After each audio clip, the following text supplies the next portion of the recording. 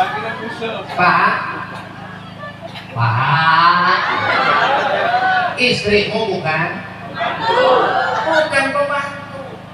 Walaupun dia tanpa lelah mengerjakan tugas rumah tangga, mencuci, betul Bu?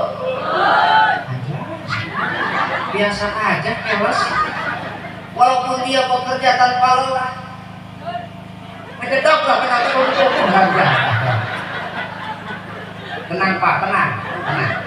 Kayak sekali ibu di bapak kok aja. Benar.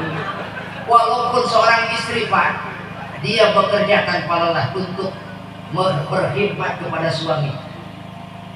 Bu, ya kan?